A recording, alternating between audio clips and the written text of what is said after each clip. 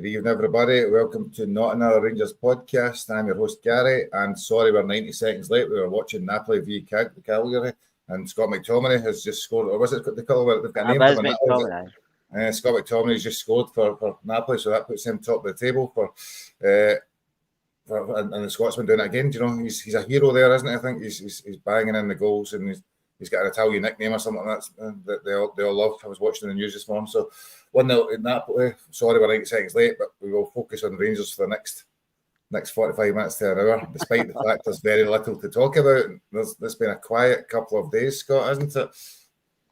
It's been really quiet. I think we were all expecting a lot when Ferguson and the rest left. We were all expecting some news quite quickly after that, and then you hear story after story about Gerrard, Ancelotti first, then Gerrard, and then it went suddenly to Russell Martin at Glasgow Airport in the piss and rain. It was scorching sunny everywhere else in Renfrewshire. But listen, it's just one of the things. You're going to hear more rumours, and you're going to hear truth at a moment in time. So it's just a case of waiting. Yeah. Aye. So I mean, how are you, Ricky? Before we start getting into the actual detail, then how have you been? No, good, mate. Very good. And I'm quite casual about the situation. I don't know why people's getting so upset about. I mean, the season's not even finished yet, and people are demanding managers get announced, this get announced, that get announced. Just hold your horses, boys. It's more important we get it right than rush it, and then it's an absolute disaster. So I trust these people. Give them a bit of time. I'm sure everything comes to good. Everything good comes to those who wait. So as it's been a week where there's been little news to talk about, with Steven Gerrard rumoured to be in Cameron House, only to be next day posting pictures in Bahrain. And as you say, you've got Russell Martin, people telling you how good he is at this, how good he is at that, and David Ancelotti tonight, earlier on today, posting his farewell message at Real Madrid. So they still appear to be the three names in the hat. Gerrard remains the heavy favourite.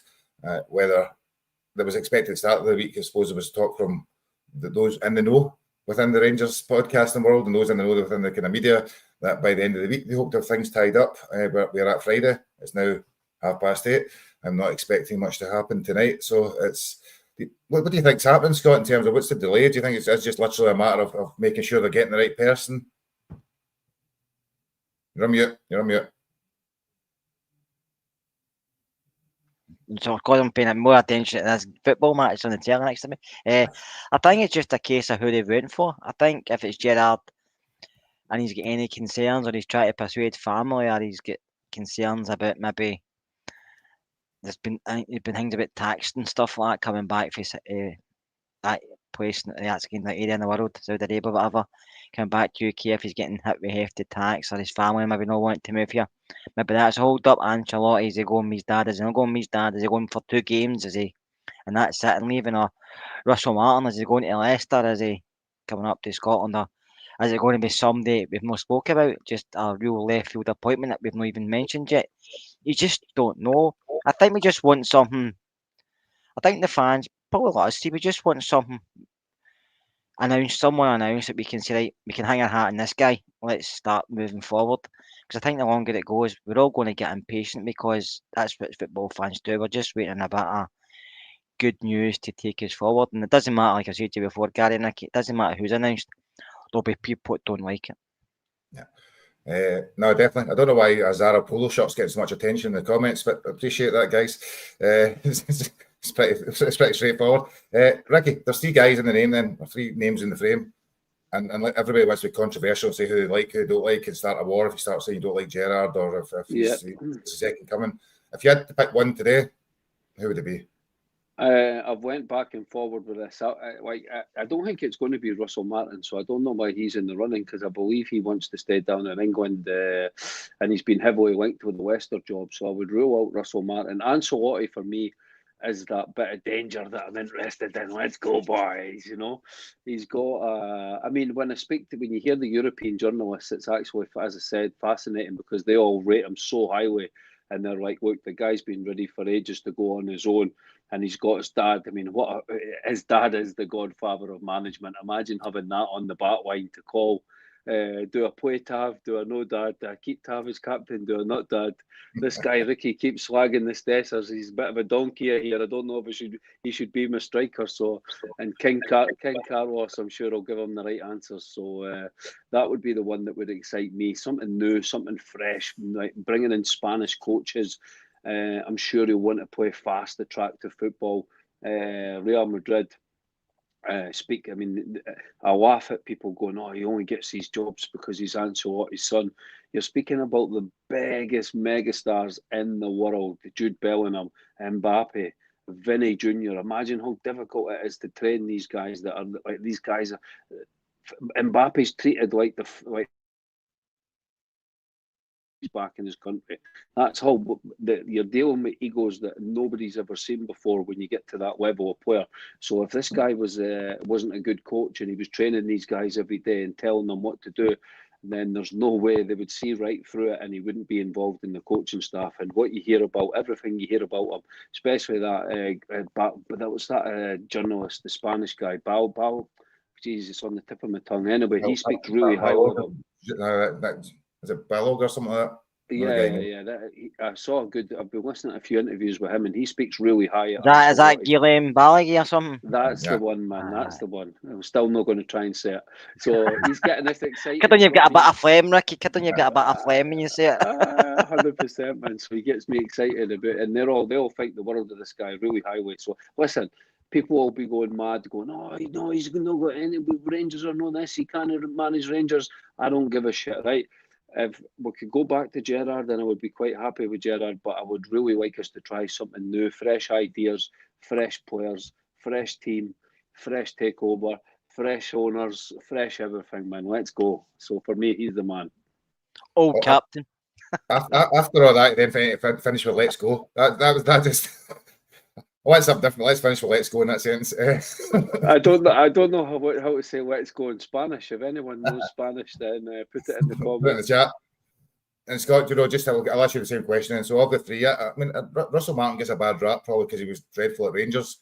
He's certainly done well in the Championship with Southampton, played good football. But I'm not sure fans will take him. Ancelotti is obviously, as Ricky says, that his dad's one of the best managers ever. And will continue to be one of the best managers. And Gerrard has been there, seen it and done it, and obviously carries a stature that very few people in world football ever have. Of those three, I would probably go with somebody else. But if that's the only three where we've got a choice of, give us a wild card then if you've got another one beyond it. There's always two names I like. I like Lampard. I thought he should have got it the first time, but I like Lampard. But also my name I've said 2 years ago was Liam Rossiter, the boy at Racine, I should say, the boy at Strasbourg at the moment. I think he's doing really well there, but I think he's probably far out of reach. But I think Russell Martin's getting a lot of unfair criticism because Swansea done really well. Southampton got him promoted, and it's hard winning the Premiership. It's very difficult. I mean, you see how much money they spent, Ipswich spent, Leicester have spent, but it's very hard to compete in that league. Because the Championship and the English Championship and the Premiership, the golf's massive compared to what it used to be. That's how most teams that get there get promoted. One or two of them, maybe 3 of them, mostly go back down because the golf's so high. To stay in that league is so difficult, and that's why guys like Thomas Frank's done so well since he's come up with Brentford, especially where they've came from. So, I think Russell Martin would be a very good manager. It's when you come to Scotland, it's totally different. I think having Ancelotti, we find it difficult. Maybe not as much Russell Martin because he played with us, but the media in Scotland's a different level, a shithole compared to anybody else. Ancelotti will struggle because I know he's at Madrid, so much pressure there, and especially when they lose. But in Scotland, it's totally different. They ask you silly questions constantly. Don't ask you anything related to the football match they're going to be managing. So I think my choice would be Ancelotti, but I can see why people go for Gerrard. It's nostalgia. They won the league before when he was here. People say, it's a club, he's a big name. That's the points you probably take. But for me, apart from the one season there was a case of Gerrard, you could say, done well, and then there was times we weren't doing great under him. But when he left us Villa, he was poor. He struggled in Saudi. I know that Saudi League's totally different, but he struggled there. And I don't know if I would give. I don't like him back. Walter Smith is a totally different case because it's Walter Smith, but I don't like him back. I mean, when Jock Wallace come back, he found it difficult. The next time Walter come back, he's totally different because Walter's unique. He's in a different pedestal to anybody else. I just think it would totally different for Gerrard this time. I think he might struggle more. When he came in the first time, he had a kind of blank canvas to go and deal with. This is different this time. He's going to get a lot of players if he can. Is he going to be buying the players? Is he going to be involved? Is it Thelwell? We don't know what he's coming in as manager, head coach. You don't really know. To me, I would go with Ancelotti, but I can see why folk don't want it because it's been poor the last few seasons. And bringing a guy in that's not used to the Scottish game will be difficult as well. So, to be honest with you, it's probably I'll pump for Ancelotti myself, but I can see why folk are more going towards Steven Gerrard. I was just laughing at Nicholas's comment. Barry Ferguson will be back come July because we've not got anybody else. To be honest with you, I said that the other day, didn't I, in the chat? I said, we'll end up struggling, we'll bring back Barry Ferguson. You said, that's all I would need, man. No chance, man. The thing is, we don't know. We know it's probably narrowed down to these three until they actually play games and win games or lose games. You'll never know whether it's going to be a success, really. But Gary, that's the good thing about these guys. Nobody knows anything. Not even Chris Jack. That's what's winding. Kevin Thelwell, all we heard was it was Davy Weir was going to be, and everyone was ripping that apart. He's never been a director of football. What's he getting the job for? Kevin Thelwell from absolute nowhere. These owners have got Keith Jackson. Chris Jack, I'm a big fan of, so I'm going to give him, let him off with this. But he's got, I'm listening to them all week. They've got them on strings because Zero's getting released. Stevie Clifford normally hears things. Nobody's hearing anything. The guys are trying to guess, okay, it might be announced by Friday. It's going to be Gerrard. It's going to be someone totally different. But nobody actually knows, which is the fascinating thing. So it could be a complete left field appointment. We will see. I'm just picking up Daddy Purcell's blue boots. Russell Martin, he's terrible, can't change his system. Gerrard didn't change his system, did Gerrard played a 4-3-3 week in, week out and sometimes struggled against games? I think most managers don't change their system. Yeah, I think the problem with Russell Martin is though, like it's that possession, pass. Like if you watched the FA Cup last week with Man City, this pass the ball with no meaning, where you just pass for no reason and then you give it to a guy like Doku who just kicks it at the park, who's just so boring, so frustrating. 100 million Rabbi Matondo. 100 exactly, the 100 million Rabbi Matondo. We could just Rabbi Matondo back on the left, pass, give it to Rabbi and he kicks it at the park. That's not what Rangers fans want to see. We want to be entertained. That's why I'm excited about Ancelotti, because you know he's going to bring in some Spanish gems. He's also going to build a fast, dynamic team. So that's why I'm on the Ancelotti train. But I won't be disappointed if it's Gerrard, if I'm being honest. I'll back Gerrard 100% if he comes in. But Russell Martin, I'm not keen on that at all. Like, and nothing to do with all that crap was he played for Rangers before. It's nothing to do with that. It's his management. He's here as a manager, not as a player at the end of his career. It doesn't matter what he did before. It's what he is as a manager. And it might work. I'll back whoever they appoint. But for me, Russell Martin's not the answer. Funnily enough, Kevin Muscat was a poor Rangers player, actually. No, if you look back at it, but that's although we did win the league that season, he was there, but he was pretty abysmal, if I remember rightly.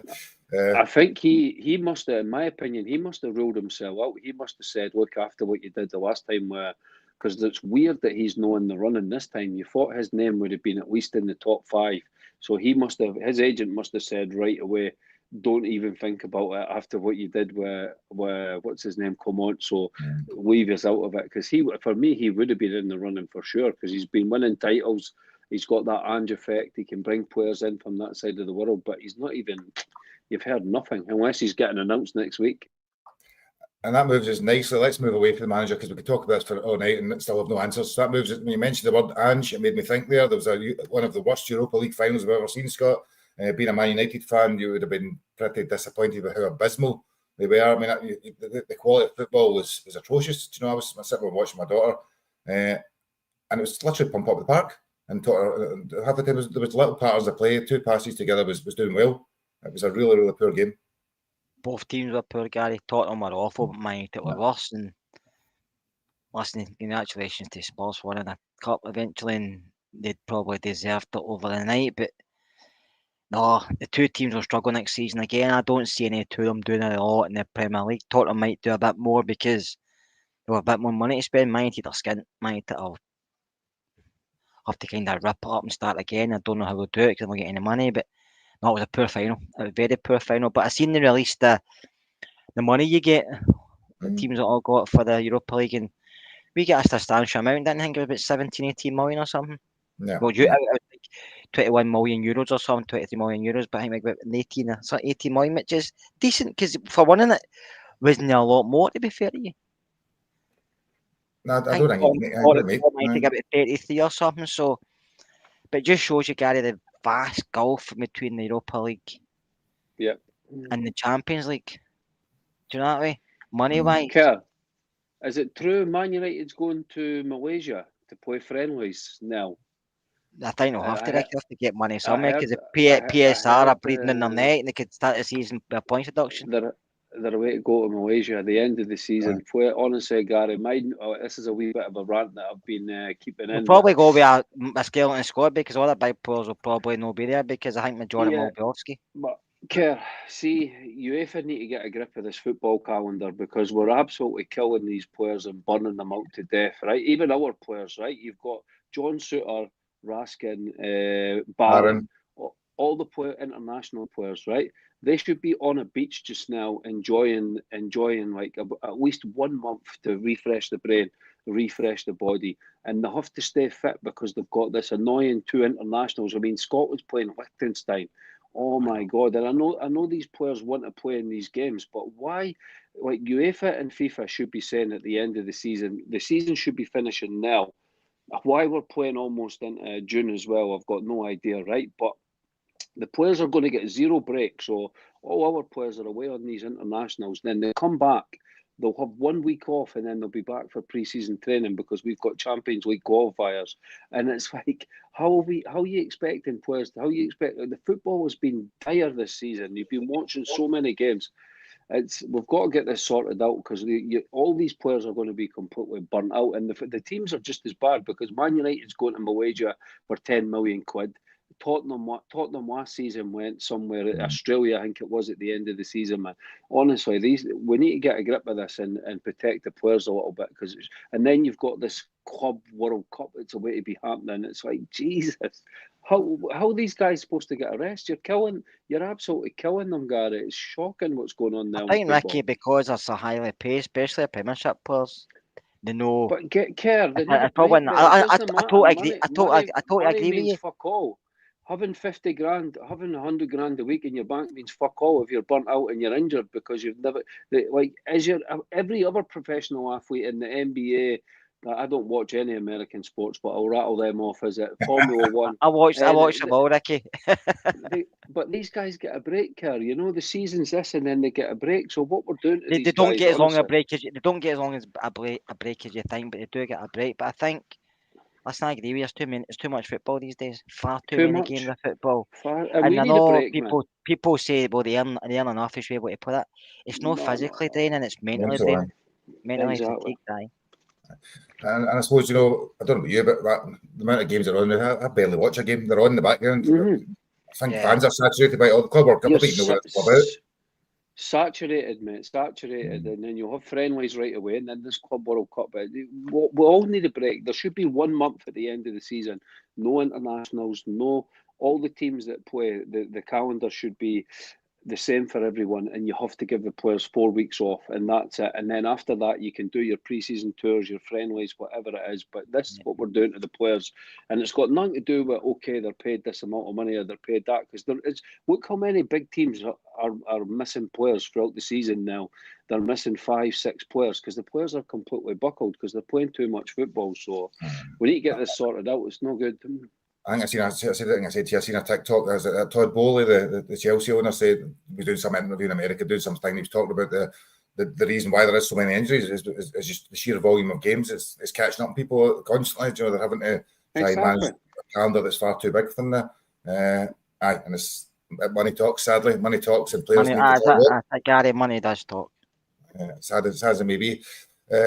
Moving to the other end of the spectrum, because I just wanted, before we went into the season review, I'm going to pick up some of the other stuff that's happened over the week. And you mentioned this to remind me, Scott. So a number of young players, I think have allegedly been released. I don't think it's been formally confirmed yet, but a number of young players like Archie Stevens, Cole McKinnon, has it been announced now, is it? Cole McKinnon, was it Christian Webster? Can't remember who else, but there's a number of them that have all been let go. Do you know, partly I'm led to believe because of the new model whereby we're looking at younger players to beat former or B team. Right. And also, Laurie Ellis left the academy to go to Hearts, didn't he? To work with Andy Webster there. So I think I'm quite not shocked, but I was Cole McKinnon's been released. I thought Cole was something about him to make advances in the first team next season. Obviously not. Archie Stevens and another one that was always getting well touted. I've seen him a couple of times and always looked decent. But looking decent at that age is totally different getting the first team and all that. But they have to release some players, don't they? They have to release some, and obviously that you say they've probably had guys at an age, maybe they thought Cole McKinnon's at an age where he's not done enough to earn the first team spot or a place in the squad, so they'll let him go. He'll get a club somewhere, he'll get a championship club or something like that, maybe go down to the lower leagues in England. Archie Stevens will probably get another club as well. I mean, these guys will probably get something somewhere, but it's a shame because you like to see some guys coming through, but obviously every year people get released from the academy, but when it's two guys who have been spoken about quite a bit, especially Cole McKinnon, and I've seen a lot of Cole, I thought it was something about him, but obviously not. But I know there's a few keepers been released as well, so it's just a shame. But hopefully all the lads get a club somewhere. And I'm not saying they're going to come back and bite us in the bum, but hopefully they make good careers for themselves. I think that's it, Ricky. I suppose just I was going the opposite way with that question. One of the things that when you look at the players that have been released over the last 5 years, I can't remember off the top of my head, but very few of them have went on to bigger and better things. Sad as that may sound, is it maybe a similar case? Most of them aren't quite good enough. Yeah, no, it's it. Well, no, but that's the shot and curlies. The Scotland under-20s played today. I don't know if you saw the lineup. The only Rangers player that got a sniff it was on the bench was Finlay Curtis. We've got one player in that squad, and we should have 3, 4, 5. I know football's a little bit different now, but it's. The academy's been pathetic for years, absolutely pathetic. I remember Craig Mulholland, when he was doing his interviews, saying he was going to turn this into Bayern Munich 10 years ago, and he was looking at the Spanish model, and he went with the German model, Bayern Munich, the players were going to be this and that. And we're 10 years later, and the players that our academy is producing players for the First Division Championship maximum in Scotland. They're not good enough. I mean, even now the jury's out. I mean, I really like Billy Rice, but I mean, Ferguson's came in and told him he's way behind in his development. He can't get into this pish Rangers team from this season. So is it time to maybe put him on loan? I would definitely put Enciala 100%. He needs a loan move next season, not part of our first team, because we need to toughen him up a good loan move in the Premiership. And then we've got to get the players that we think have a chance of making it. We need to get them out on loan as soon as possible to be playing men's football at as high a level as possible.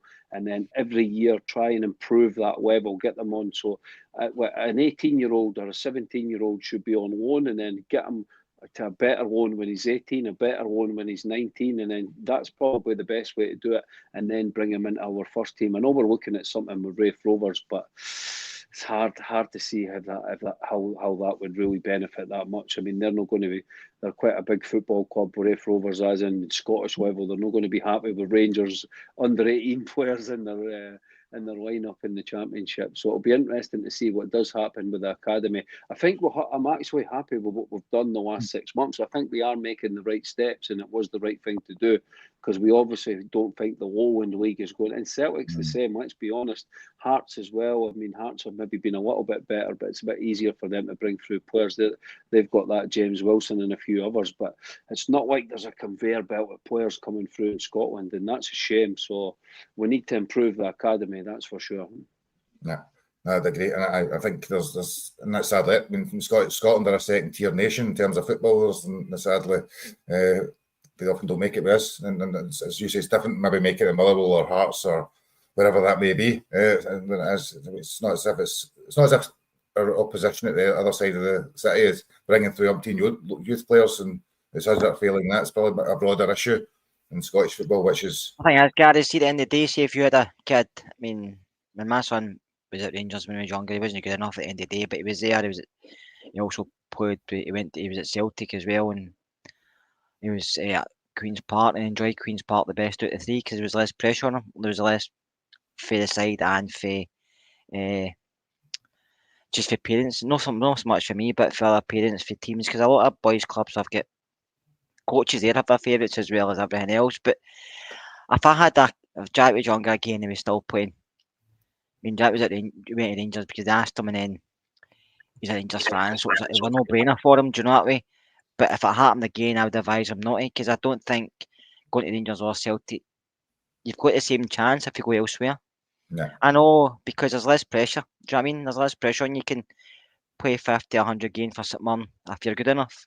Like we've seen with some St Mirren players like Motherwell, other players who have went there, and they may not become like world class footballers, but they end up making a decent living for themselves, and they can get a good professional career to it. But if you come to Rangers and Celtic, and then you have maybe like, for example, Leon King. Leon King's going to be struggling to go his next step just because he's left it so long at Rangers. Leon should have probably a couple of years ago and said to himself, I'm not going to make it here, I'm not getting a chance. I need to take a step away from this club and try and fix myself a career path, which I think he might find it difficult at this moment in time. So, but it's just the way it is up here, because we ourselves and them, the first thing is to win trophies, and second is failure. So managers don't usually blood youngsters because they're scared of no winning. I know we've got a kind of bites us in the arse because we don't win a lot, but that's what it is. Whereas other clubs, like Ricky mentioned, Hearts, you can bring in 2 or 3. If they don't work out, they don't work out. But if they do, you can sell them one for a bit of money, or it saves you money for bringing in, going out maybe the market and buying folk. But for us, obviously, it's different. We'd rather go and spend money on Barami, who's probably going to be away by all accounts, rather than maybe give Finlay Curtis more game time. I know at the time he wasn't really playing, but I'm just in talking sake, or maybe bring in Diamandi rather than maybe Bailey Rice, because you're willing to spend £4.5 million on somebody you don't know nothing about, rather than maybe give your guy in the youth academy 6 months, because that 6 months you see, like, he might not fancy the way we play, he might fail, he might find the pressure too difficult. Whereas you're bringing in somebody from a foreign country, you think they're always going to hit the ground running. No, it's a tough one, because you could argue that for last season we brought in Ross McCausland and then gave him a 3-year deal after it because of that 6 months, and that kind of went back to haunt us in some ways. So there's no really a right answer for it in some ways. Just picking out a couple of wee things, and I know why to talk this much. Josh Windass has been kicking about this week, talking the same things. Ricky, you know, it's amazing. Always talked a lot of nonsense at the best of times, but I think there was some more. Yeah, no, I watched the pod on. He's on that open goal, and honestly, on what brain, man. I mean, the stuff he talk about giving away too much information. He chucked a young kid under the bus. It was like just being released by Sheffield Wednesday. Amazing what he was saying about Rangers. They were going into a lot more detail about the Warburton and Joey Barton story and stuff like that, and it looks like that was more to do with Joey Barton fighting with Warburton in his office than it was actually what happened on the training ground. So they were giving away quite a lot of information, but the guy's absolutely, Jesus, it's mad. Some of the players we've had at Rangers the last 10 years, honestly. He is exactly Windass brain donor, because there is nothing inside his head. Like, he's got to go back into that Sheffield Wednesday training ground, man, and he's just made an absolute tit of himself again. And even the stuff he was saying about his own father, it's like, mate, you're close to the bone there. You shouldn't be saying that on podcast, trying to get laughs out of people. His dad's got dementia, for God's sake, man. You know, it was quite hard. It was quite brutal to listen to at times, to be honest. Do you know, it's funny, he's one of the players who always strikes me as a player with far more ability than brains, do you know? And then you get a lot of players, it's not always just about the ability in it, do you know? Because he was a talented player. That was the problem. That was the problem, though, was it? He was talented, but without the brains. He's all right in the Championship. That's about his level, but he wasn't good enough for Rangers. I know people say he would get into this team and stuff like that, but guys, come on. We need better. We know, go bring back Josh Windass, Barry Mackay. Let's get Halliday left back. Come on, we need better than that.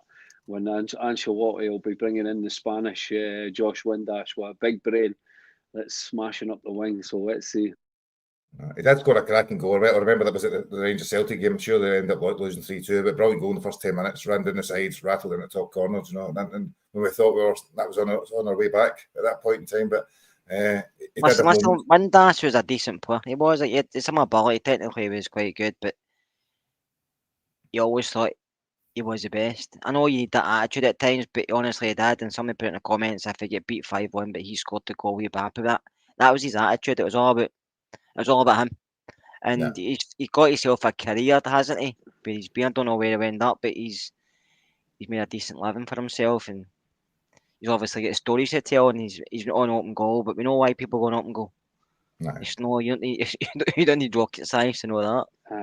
He was digging out the Rangers fans quite a lot. I was surprised. Obviously, he was quite bitter about what happened when he was up here, but he had quite a few digs at the Rangers fans about Tav and about some other stuff, and we know nothing, and calling football fans brain dead, and they know nothing. I do agree with him, Ricky, about Tav, but if Tav wants to leave, he's more than welcome. If he wants to go to another club to get but he was caning the Rangers fans about they don't have a clue about like what do they have a clue at Tav? All football fans are stupid and stuff, which was out of order. No, right. Anyway, let's go season review. This is what the plan for the night. We've talked about some other stuff. We've got half an hour for a season review.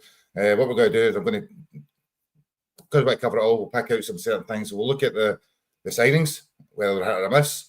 We'll look at some of the stuff around moments, player of the year, young player of the year, moments at the moment of the season, disappointing the season, things like that. And we'll try and pick out some of the kind of things that's happened over the course of the year. It's been a strange year.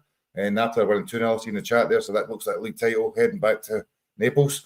So it's been a strange whole season, you know. And we were talking a wee bit in the chat this morning about Hampden seems like an eternity ago. Do you know, it was the most soulless couple of months that I had. Being a Rangers fan going to games, it seemed like so long ago. Last year, Bisgrove walked away. Not long after the chairman walked away, Clement was riding relatively high, and people had fans. We were cutting the wage bill. Things were happening. It seems like forever ago. Do you know, a lot of it, Scott? Do you know what I mean? As it's dragged on, and it's went to where it's. Some of it seems like such a long time ago already. It has, Gary. To be honest with you, I've forgotten most of it because it's not worth remembering. Do you know that way? It's the season to me, in general, domestically was a shit show from the start to Hampden right to the very end. I think there's really anything else you can say about the domestic season. Yeah. Right, that's pod done. Let's talk about Scott McTominay scoring there. He's next week. Let's talk about Napoli. Two titles in the year. But I mean, it has been a rotten season, Ricky. But it's funny, you know, in hindsight, years to come, it's one of those things I think you'll look back with. Some mitigation is not the right word for it, but there's been a lot of things around in the background that's made it a bit of a recipe for disaster. Well, I've heard people speaking after the Man United result on Thursday, and they've all said that when a club hits the bottom, there's a point where it's like rock bottom, and the only way is up, and that's what Man United is at now, and that's what the fans feel, and that's what it's like for Rangers, and things have to get better, Gary. Fans need a bit of a reality check, and that's not me digging out the Rangers fans. It's just that, like, Celtic are away to win another treble tomorrow. They're 17 points clear of us in the league, and that's why we need to go nuclear with a squad. It's not a bring in 4 or 5 players, bring in 9 or 10 players, and it's going to fix the squad. We're living in cuckoo land. We need freshness. That's why I like the idea of Ancelotti. We can go through the season, but it's the same things as basically the last 3 seasons, Gary. Injured players that are never available. Sterling's injured again. Yilmaz's an absolute disaster of a signing. Balogun injured all the time, comes back, brilliant for 2 games. Let's give him a new deal. Bang, breaks down again. The guy's made it absolute glass. Bajrami, heart of an absolute mouse. How we signed him to play for Glasgow Rangers, which is like one of the toughest clubs to play for in Europe. Players like that, and you can go right through them. Cherny was fantastic on loan, but it looks like he doesn't want to come back to us. But fair play, he was really good on loan. But the whole season, mate, from Kiev, Hampden, the league campaign, the cup campaigns, to lose to Queen's Park at home. I mean, we've broken new records, like new lows for this football club this season. It's been absolutely brutal, and what we have to hope is that for us, we thought when we came back up that was going to be the lowest of the low, but it feels like this is a new low again. And we have to hope that we're at the bottom, and the only way is up now, and that these new owners are going to give us the investment we need to rebuild the club, rebuild the team, and give us our Rangers back. Because the saddest thing about this season for me as a Rangers fan, and you guys are the same, doesn't matter if you go to the games or you watch on TV, not looking forward to the weekend, not looking forward to Old Firm games, not looking forward to big games, not looking forward to away games. Just sad, just beyond apathy, just like feelings you've never felt before. And that's not a good thing for your football club, no matter what you say. It's a privilege to support Rangers. It's a great football club to support that people never understand, with the feelings and the emotions and stuff like that. And when you take that away from supporters and you don't feel that for a season, you know that the club is completely broken. So hopefully these guys can come in, give us their club back, get us challenging again. We need to stop them. The priority for us is to stop them winning trebles every season. We need to take away a couple of the cups next season, get that over the line, and then to hopefully challenge in the league and then rebuild from there. So we're hoping that these guys are going to come in. They're going to be the angel that this football club needs, and hopefully we can rebuild and get the feelings back and get our club back, because just now it's not Glasgow Rangers. See, Scott, that's how you make a passionate appeal, not just nothing happened to rubbish. That was outstanding, Ricky. That was an impassioned view of our season as it was, and now where we're going to go. I knew Ricky was going to do that, so that's how I let him take the stage. Because Ricky's rants always happen every so often, and I've not get a passion like that to talk about this season. This season's pissed me right off. So shit show is the only word for this season. European campaign was a wee bit slightly different because we had some joy in it, but domestically cup competitions and the league have been poor. Obviously, we got to a cup final, which we should have probably won because we were denied a penalty. But the Queen's Park defeat was just a kick in the gut we didn't deserve. And well, we probably did because the way the club was going, but as fan base, we never deserved it. But after that, come on, Shewin, after that, but you never. I mean, let it fester until it was far too late, and then we had to let him go. But after that defeat, some of these players should never have been at Ibrox, should never have played again for us, but it did. But that's what happens. Sometimes you have to take really poor results to see what's actually you've got there, and what we've got at the squad just now. This squad, I mean, we were asked a question a week, name 5 players you want to stay. Folks struggle with that question, Gary. Yeah. And it's, how many have we got in a squad? About 26 or something? 23, something like that, when you take away the loans. And folk are struggling to pick 5. That's how poor we've been.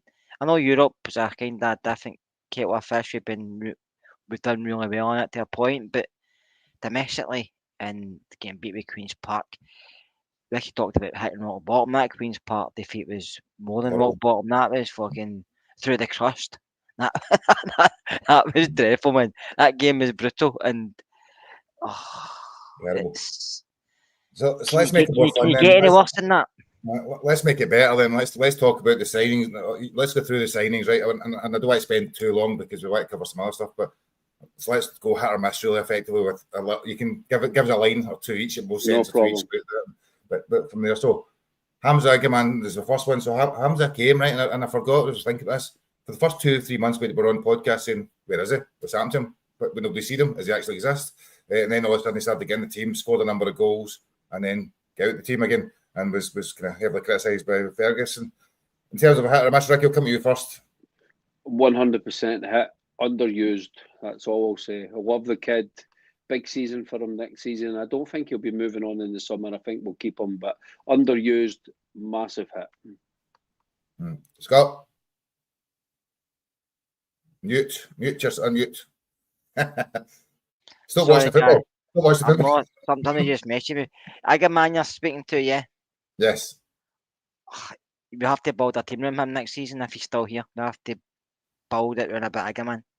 You can't have a player that ability. Yeah, I know he's raw and he plays off the cuff at times, but you actually have to build something about the guy, because if you can get the best out of him for at least another season, you'll make money on him. And that's basically what people want to do with the player trading model. Obviously, every player you can't make money on because that's not the way it works, but he's got that X factor if he could just get it more consistently, and you have to build it around about him. You can't be building it around about something like Dessers or Tav, because I'm not going to say much more about Tav. Yeah.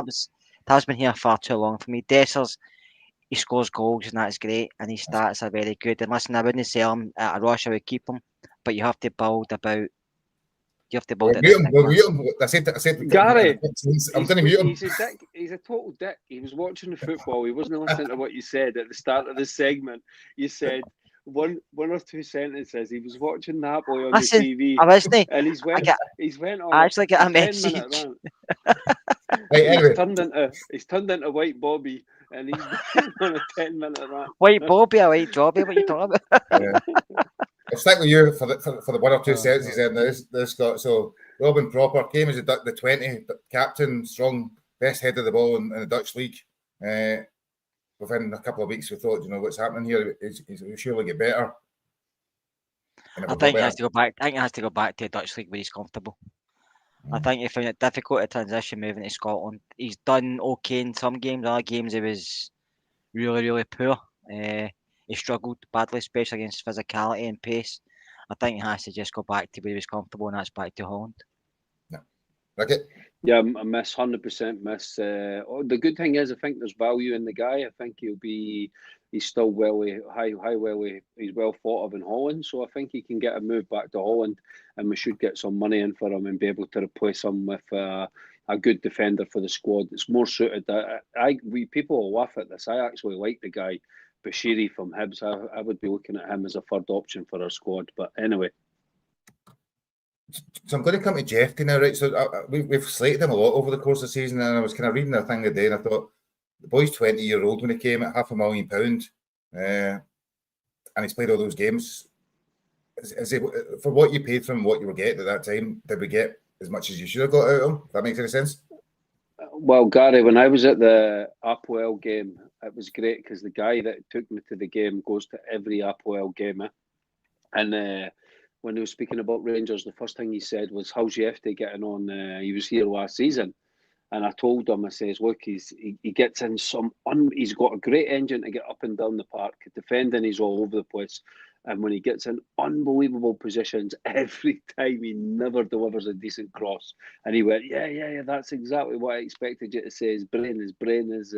He needs to work on his brain. He doesn't have a brain, and so to be my only annoyance with Jefty, the way that he spoke in that interview was, I'm going to learn the position. I'm going to learn that. My problem with Jefty, I know I'm going a bit here, but he's not got better. He came back into form right at the end of the season, but he was poor for months and months, Gary. And maybe keep him one more season as a backup left back, but we need to see improvement because he can't defend and he can't cross the ball. And you can't be a Rangers left back if you can't do the two things. Yeah, no, I would agree. And further add for Scotland, Jefty. I think he's probably played a lot more than he should have. He's looked decent. You can see there's some kind of potential there. The last few games he's crossing has slightly improved, but I didn't expect him to play that much. So I'd probably say overall he's probably just been a miss. But I wouldn't be rushing out to do it with him. I think there's something there, and I think he deserves at least another season with us before you can really judge him. Yeah. So Connor Barron, he came at the start of the season, and then we thought he was getting raved about as the best player on earth for a spell because he was Scottish and he was tenacious and he was running about and he was doing really well. Then come Christmas time, about the New Year, fans started slating him, and he was rubbish. He had no passing ability. He should have been there. Then come the end of the season again, I think it's turned and people liked him again. If I'm reading the kind of comments over the course of the year, I think for a 22-year-old Scottish player, it was coming to be a squad man. He's kind of done what he said in the tin. 100% hit, but he's for me, and I'm not being harsh on the boy. I think he is what he is. He's not going to get that much better. I don't expect him to turn into. I think we need a better number 6. We need more of a guy that breaks the lines. And so for me, I really like Barron, and he's got a massive role to play in our squad, and I hope we can keep him for years.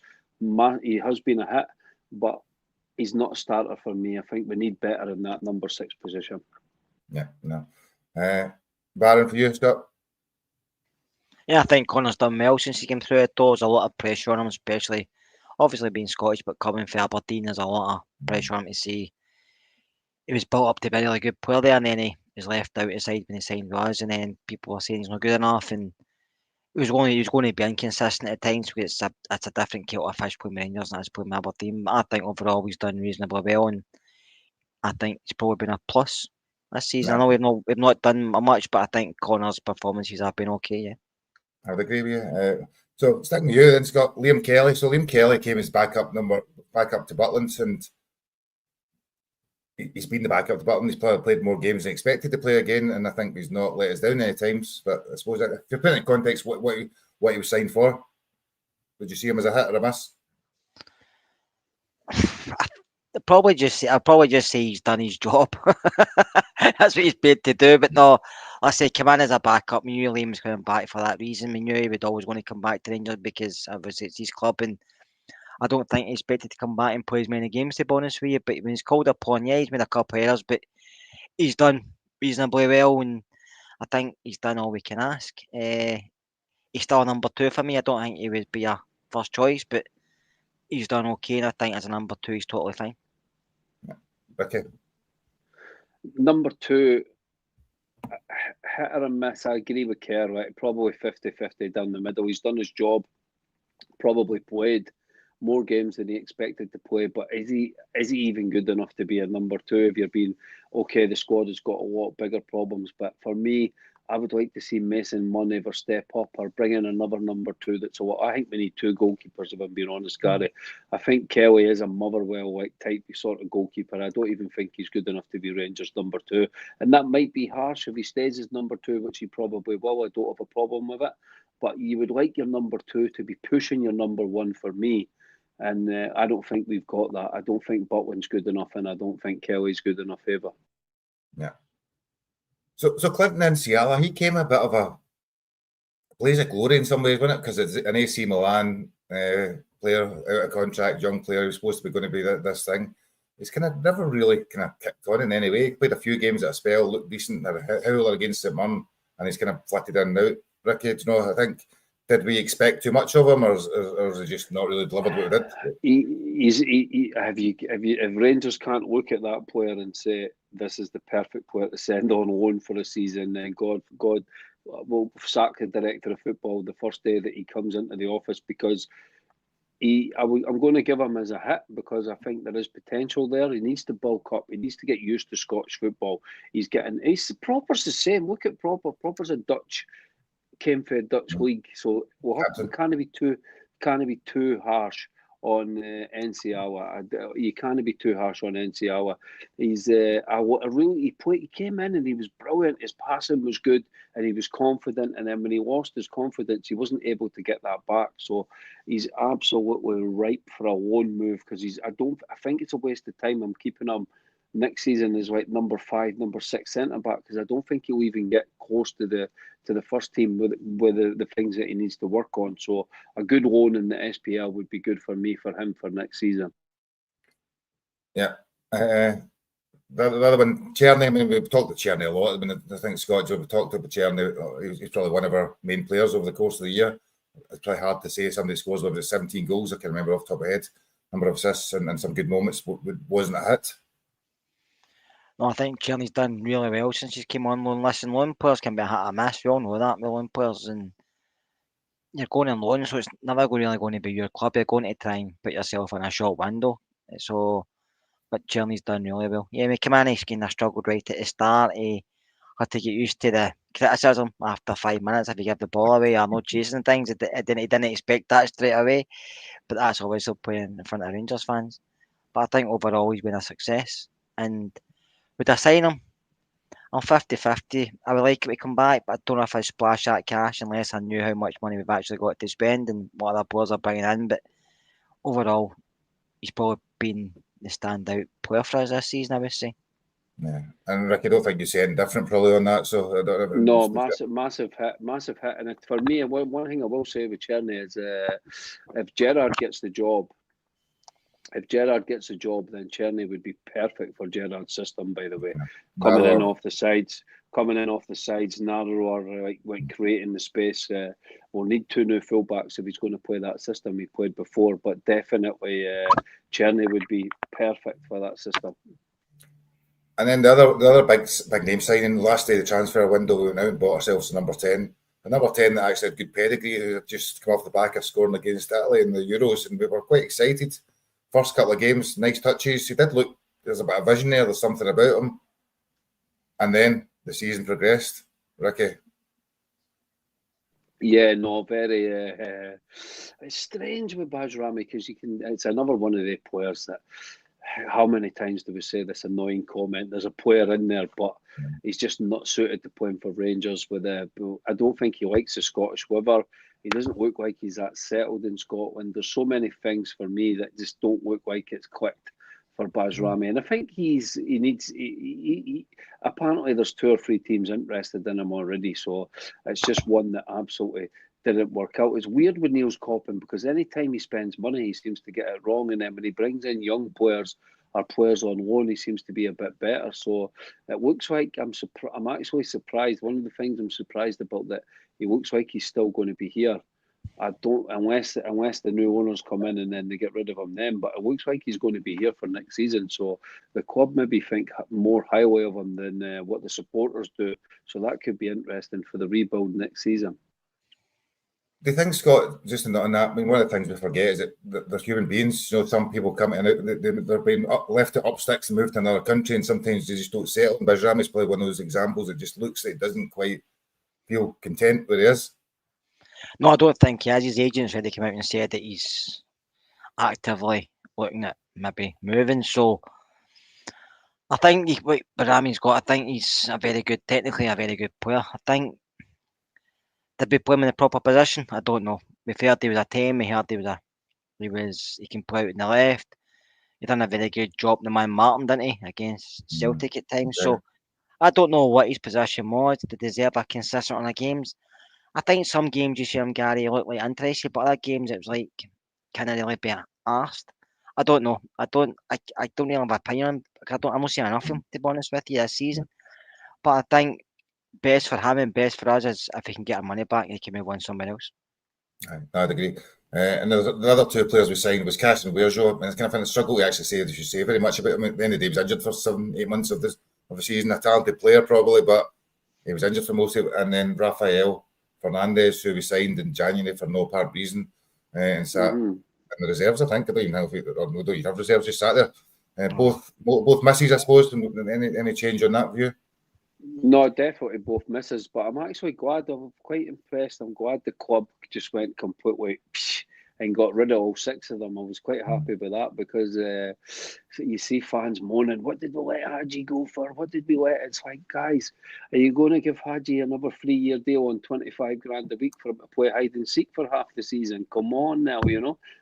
Hagi can be amazing in games, but the other Casa and Wearshaw, and I think there's a player in there. I mean, he's an interesting one because he can play in 3 positions, but we spoke about it already. You either get him back on loan with no obligation to buy, and then you do a deal at the end of the season if he plays and he looks good, or don't do that deal at all. And I think we've done the right thing because we've got too many injury-prone players in our squad, so we don't need to be taking risks and bringing another one back in. So for me, I'm glad that we've went complete ruthless. See you later to the 6.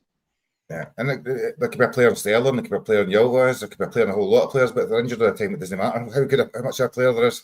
And Castle Wearshaw was out for 7 months or 8 months, and if you'd done the same as done with Cortez, which has got hammered all season, you'd be pretty crazy. Fair to say. So moving on then to your Player of the Year. Now, I deliberately, when I told you earlier on, Scott, I wanted to extend it because I knew the Player of the Year is probably what you're asking. So it's your top 3 players of the year. Me, I'd probably say Raskin, Tierney, and I'll have to go with Dessers for his goals. That's why I asked the question. That's just because, yeah, he takes a lot of criticism, so he does. And listen, I give him criticism, probably all do at times. I know Ricky does tremendously, but he has scored the goals. If you take his goals away, at times he did pop up for us on a few occasions to help us win games. And we were missing goals. Middle of the park. I mean, Raskin improved greatly. Tierney, if I was to pick between the 2 of them, I'd probably say Tierney at a push for Player of the Year. I think Raskin would probably come in second. I think Raskin has improved tremendously. There's arguments in the chat saying he's no world class, he's world class. Listen, he's no world class, but he's a very, very good footballer who's got potential to get better, who we could probably sell for a bit of money and who could probably move to a better league because of this last 6 months. He has been at Rangers longer, not done a lot through his own, through injuries, through manager, through maybe the way he's been training. But the last 6 months, he's shown what he can do. And I think that could probably get him a move to higher league, a better league, I should say, not higher league, but a better league, and we could probably make some money off him. Personally, I hope he stays for another season, plays the same way for a full season, and maybe get more for him. But Czerney's probably been the best since he came in on loan and wasn't our players. But Dessers, I would say, is in the top three, Gary, because he took a lot of criticism from everybody. But he always pops up with the goals. He does. But the other ones, Diamandi's been disappointing for me because I like Diamandi, but I'm probably more critical of him because I want more from him. And that's probably why I'm critical. It's like when I used to coach my son, I used to always be on his back quite a bit because I knew he always had more to give, but he never gave it. And Diamandi's probably the same. It's like there's so much in there. I want to see it, but it's like he doesn't show off enough. Do you know what I mean? You're just so frustrated because as a player there that could just come alive, but he doesn't do it enough for me. He does it in Europe. He doesn't do it in Scotland. See if he play doing it in Napoli, he'd be probably one of the best players in the park because that's the thing he does. But I would go with the three I've mentioned because the season domestically has been a write off, but the Europe has been different. But I would go with Czerney, Raskin, and then Dessers. Ricky, any changes to that? Well, I seen you scowling and shock and horror when he was 100%. There's changes to that, man. That's the daftest question you've ever asked since you came in as host. No, Raskin for sure. Raskin has been outstanding. I think he was getting better at the end of the season. One thing I'll always thank Ferguson for was moving Raskin position because he's an amazing number 6, but he's an even better number 8 because he gives you goals, he gives you assists. He's an absolute quality operator, and if we can get him on a new deal and tie him down, then you build the team around this kid because he is special. And Gerrard, if he comes in, will see that because he's a midfielder, and so as well. I'll hopefully see that. He'll see he's got a Belgium international. He's going to be starting the games for Belgium, by the way, that are coming up. So he is one that will actually do quite well to hang on to him. If he does well in these 2 international games, then we're going to get a lot of money for him as well. So for me, Czerney, obviously for his goals and assists, absolutely fantastic. And I'll give it to a young player. The third one's impossible to choose because the rest of them were pish. But I'll go for Egeman for his big moments, and a young kid coming from Morocco. Old Firm winner, goal of the season that you're going to ask in a minute, goal of the season in the top corner, just special moments for Egeman. He was well underused. He should have been our number 9 ahead of the Plum. So listen, what I will say, special mention for Dessers and Tav, because I don't want them to be at Rangers and both of them get slated all the time, mostly me with Dessers because I just don't think he's good enough to be a Rangers striker. But both of them are like, if we had 25 of them for their durability in the squad, then we would have a chance of winning the league and competing because these guys, every season, Tavernier is never injured, same as Dessers. They're always available every single week. And I know I'll get slated in the comments going, oh, well, so what? So you're available. But we'd do well if we had 23 other players in our squad that were at least available to be pish every week because we've got so many that are not available. So I'll give them a special shout out for that. But that's my 3, Raskin, Czerney and Egeman. Just a young guy chucked in. So I'm not going to go for young player of the year because there's no really a debate. I mean, the other 2 that jumped out of my head when I was thinking about was beyond Egeman was Jefte and Barron. I don't know if Barron, but age the cut-off is. So so I think we're all 3 of us would agree that Egeman was young player of the year. Yeah. Any debate on that?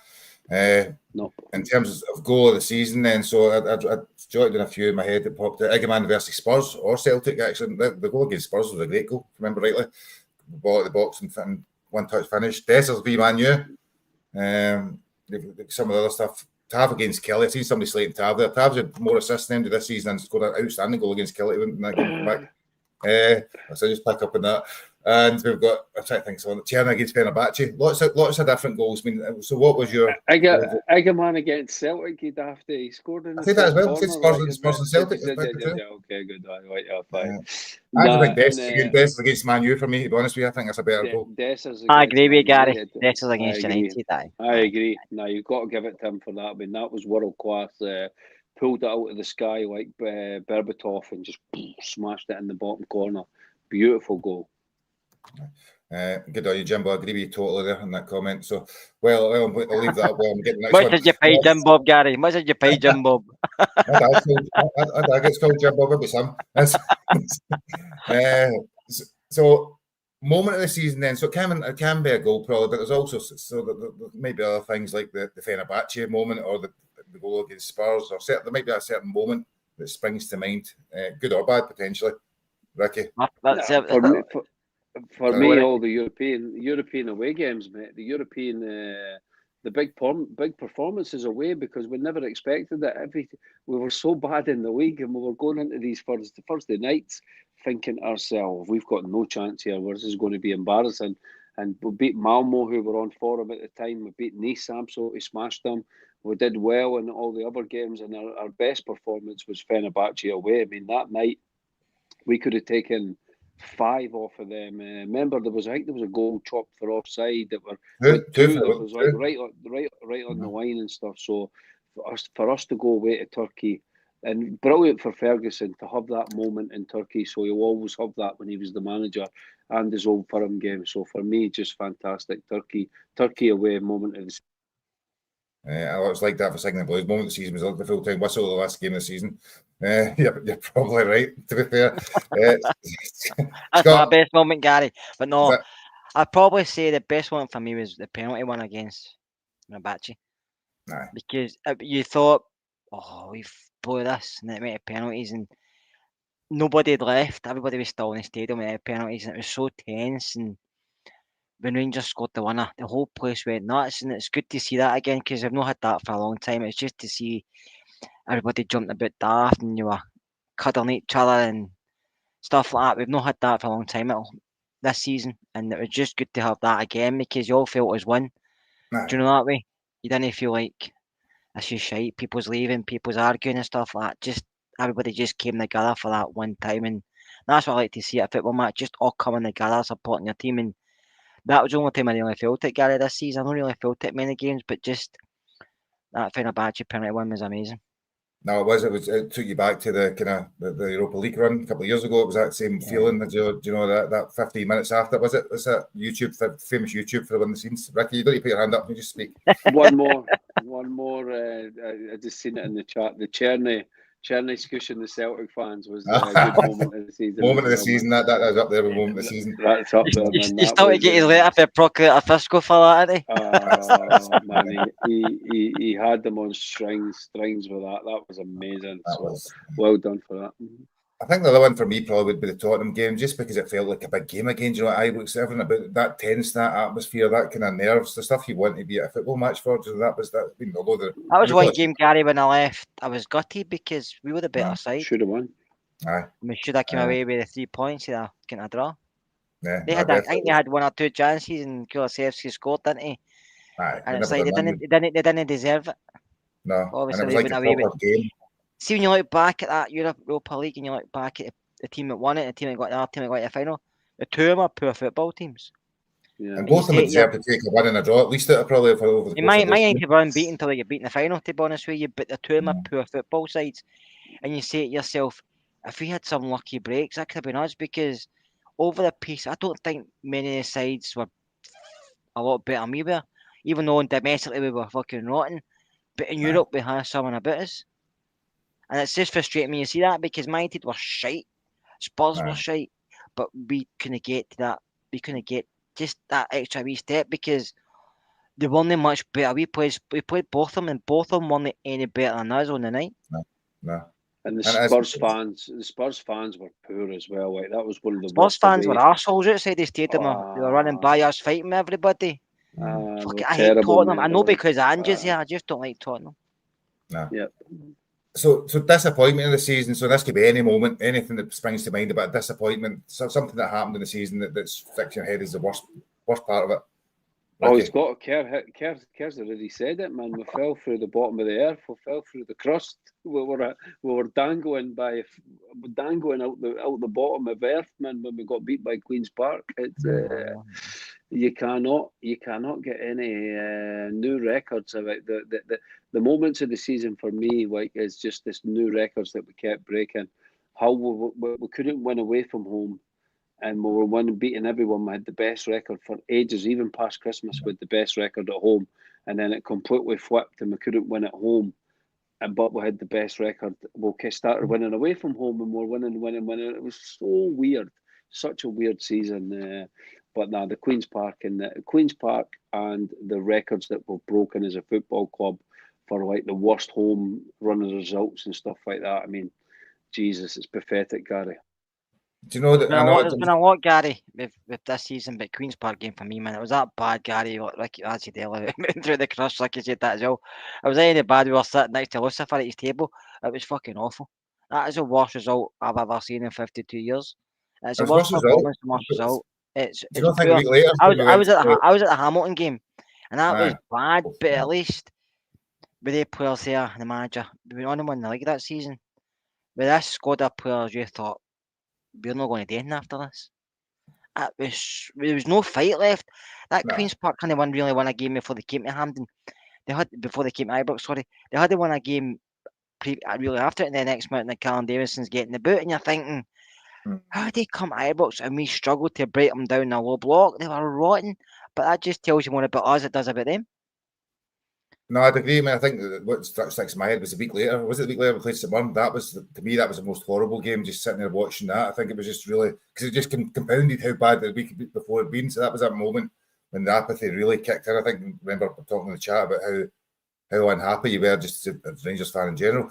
That's good. Thanks, Linda. I've just seen that comment there. That's that. Well, we should leave that one up. Pod of the season. Moment of the season. Watching us on Monday and Friday. Appreciate that. I really appreciate that one. They're very nice words. But as you said, Gary was sending you some money later, Linda. It's been a really strange season. I don't expect to be a season again when we win. We've got a better record head-to-heads against Celtic, but still finish however many points we're behind. We've our worst result in our history against Queen's Park. We've had all sorts of, as you say, a great home record. Probably up there with our top European performances over the last 20, 30 years as well, bar the Europa League final. So such a bizarre season overall. But Gary, the season was done for us in the league in September. Yeah, exactly. We knew coming out of September we were just dropping way too many points. You can say what you want about them and if they're a good team, if they're this team, if they're that team and stuff like that, but they're going to win another treble tomorrow. And that should be hurt. That my problem with this Rangers dressing room is that should be hurting everyone in Rangers dressing room, and I just don't think it does. I think they're on holiday, these players, and I think that's what needs to change. We need to get a nastiness back, and we need a Scottish identity in our dressing room. But we need players. We need a nastiness back in our dressing room that they're not going to win a treble next season. That doesn't matter. Like that should be the first thing Ancelotti says in Spanish and French. He speaks 5 languages.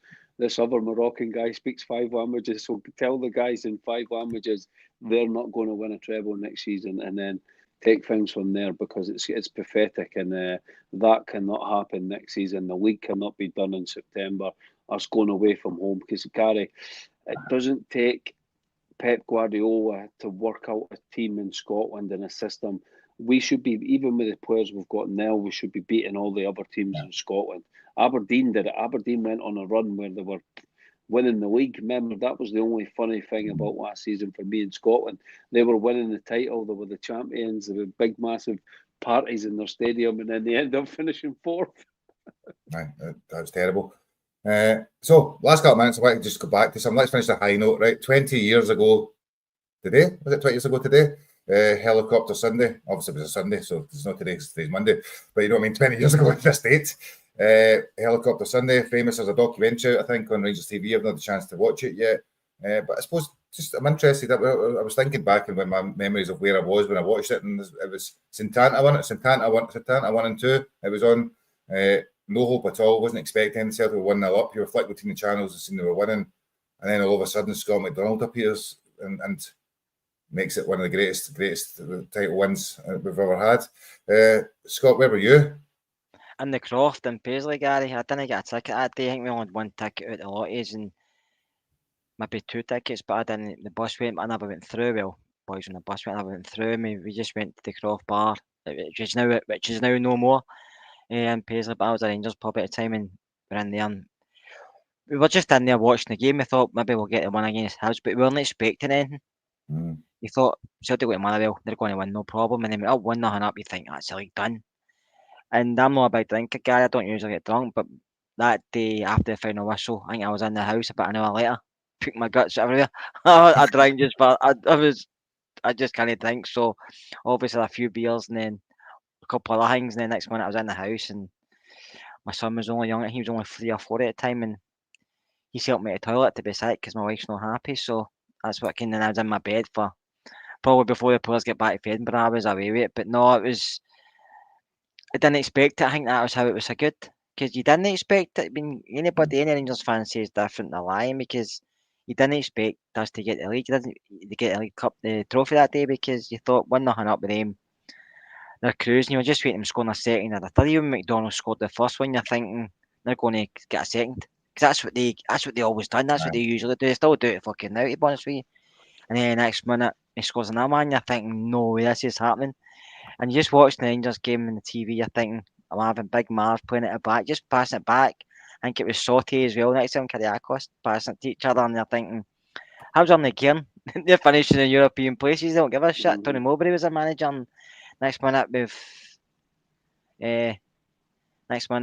we're league champions, I think. That just came out of the blue, and it was so good because it came out of the blue. You weren't expecting it. You thought the league was over, and I think that's how you enjoy it more. See, when you're into games like this, and you're expecting to win it. Like Celtic fans must have been absolutely gutted because they were expecting to get the league trophy that day, and so was the helicopter. That's why it's called Change Direction. But we weren't expecting anything. But so when it happened, it was just so. I was surprised. It was so good when it happened because Alan McLeish built a team that wasn't a great side.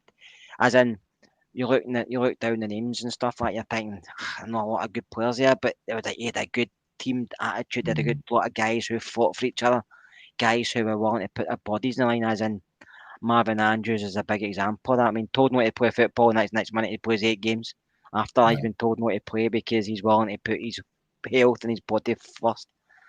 And Big Marv's career wasn't great. If you look at all his clubs he's played, but he's not played a lot of big clubs apart from us.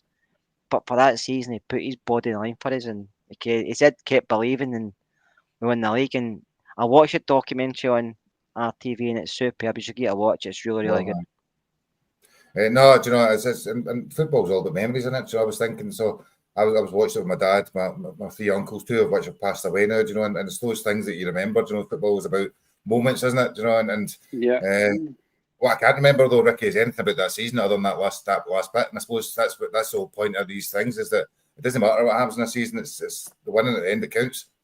100%, mate, and it's like 20 years later. You don't need to remember anything else. All you need to remember is who got the trophy, the helicopter changing direction, and like you said, it's probably top three of our most popular ever title wins. So a lot of people would even put it number 1. I would choose 9 in a row, and a few from that season, but it's more special to me because I was there when Gaza scored for my 1-8 in a row against Aberdeen and stuff like that. For me, that'll never ever be beaten. That was just phenomenal. But I understand for people that were a bit younger than me that came behind, like this was a massive thing to win the championship on the last day. I actually had a night out in Aberdeen and nearly got killed, man, because all the sheep were going mental. So it was, I remember that day well. It was wild up in Aberdeen. And so you had to be careful up there. Right? It was dodging landmines, but it was a good night out after that. Good weekend, and fantastic memories, great memories. And listen, that you can say what you want about there wasn't that many great players in that team, but they had a team and they had a dressing room that wanted to win. You had players like Alex Ray, Marvin Andrews, Daryl Purcell, Nacho Novo. These guys were Rangers through and through, and they just wanted to win at all costs. There's some great stories that you still hear with the guys when they're on podcasts and stuff like that. So great memories, and but we need new memories now, Gary. We can't be looking back, and that's like I said earlier on in the pod, mate. We need new memories now, and but it's always good to look back at some of these old title wins. So good, well done for RTV for finally making something decent to watch. That's it. But it's not like days we used to get DVDs out every year. We don't do that now. It's all documentaries and streaming and stuff like that. So I think we probably came at the end of the pod. I think it's a bit of an extended edition because it's so Ricky's been up very late tonight. My apologies, Ricky. It's an extended because end of season review. I think unless anything happens over the weekend, we will take a night off on Monday night. And I think somebody asked to chat way back are we still going to be on? We'll probably try and come on once a week, depending on what's happening. Obviously, as things starts to ramp up, we'll go back to more often. But certainly, unless there's a new manager announced, unless some dramatic takeover thing happens, we will take the weekend, the Monday off. Other than that, there's probably not much else for me to say. About yourself, Scott, Rick, anything? No, I'd just like to say, Gary, I agree with you. Monday we'll have off just because obviously there's not a lot, because I think between now and Monday will be a lot. Unless there is, we'll come back on, but I don't think there will be. Next Friday, hopefully there's more news. But listen, when the manager gets announced or the takeover gets announced, we'll even come on and do a pod just to go over a few things. I know there'll be a lot of other guys down there doing pods, but This is why you want to watch. this is the one you want to watch, like Linda says. No, we've got a usual bunch that like to join in with. Listen, they're all great people that join in. I love them all, and it's fantastic to even take time out to listen to us, because us three just talk nonsense at times, but it's great they all do. But no, we'll come back on when the manager gets announced or when the takeover gets announced or when something happens at the club. We'll come back on, but no, it'll be probably next Friday just to go over whatever's happened this week or the coming week. Yeah, yourself, Rick, anything? No, just for the people in the comments, thanks for the season. Right, it's great. All the people that are in the right, what family we've got going with the podcast. We respect and love everyone. There's always a good laugh there. People are respectful to each other, and they always have a good laugh in the comments and stuff. So just thank you for that, and keep it going. Hopefully the pod continues to grow next season. Get a few more podders on to give us a break now and again. It'd be nice as well. Kerr's going to be skint having to pay us all this overtime. So, no, good. Enjoy. You've been docked wages. You were getting docked with that. By saying that, listen, I just like to say, if anybody's listening or anybody knows anybody and you want to come on and join us, because it's only really us three now. There's been a few different changes. People have got other things going on in their own lives that they can't really come on as much ways, and maybe only soften. So if anybody's willing to get a bash, come on and sit with Gary, myself, or Ricky, and give your opinion. Doesn't matter how bad or how good it is, because at the end of the day, it's all an opinion. Doesn't mean you're right, doesn't mean you're wrong. It's your opinion, and if that's your opinion, then we take it because it's only our opinion. It's not anybody else's. Then message myself, message Ricky, or even I don't know. You can hold a Gary, because I think he's on social media. I think Gary's one of these guys who are still go back home and plays his Atari. But I don't think he's on social media. But you can message at one or two years, and you can. Just on Twitter. Twitter's just all bumpots. My apologies, getting on Twitter. Gary's still in Bebo. It was a Commodore 64 anyway, or Amiga. I'm younger than that. Atari before my time. So no, I think it's both said. Genuinely appreciate everybody watching us over the season. It's been a hard season. Funnily enough, when the games are worse, we get bigger viewers, so you come in to wallow in the self-pity the same as we do. But it's been great, Joe. You get to know some of the people in the comments. You see lots of things, and it's been a thoroughly enjoyable season from a podding point of view, not from a football point of view. And we will be back probably Friday, unless anything good happens. And good luck to you all. Have a lovely weekend, and we'll see you soon. Take care.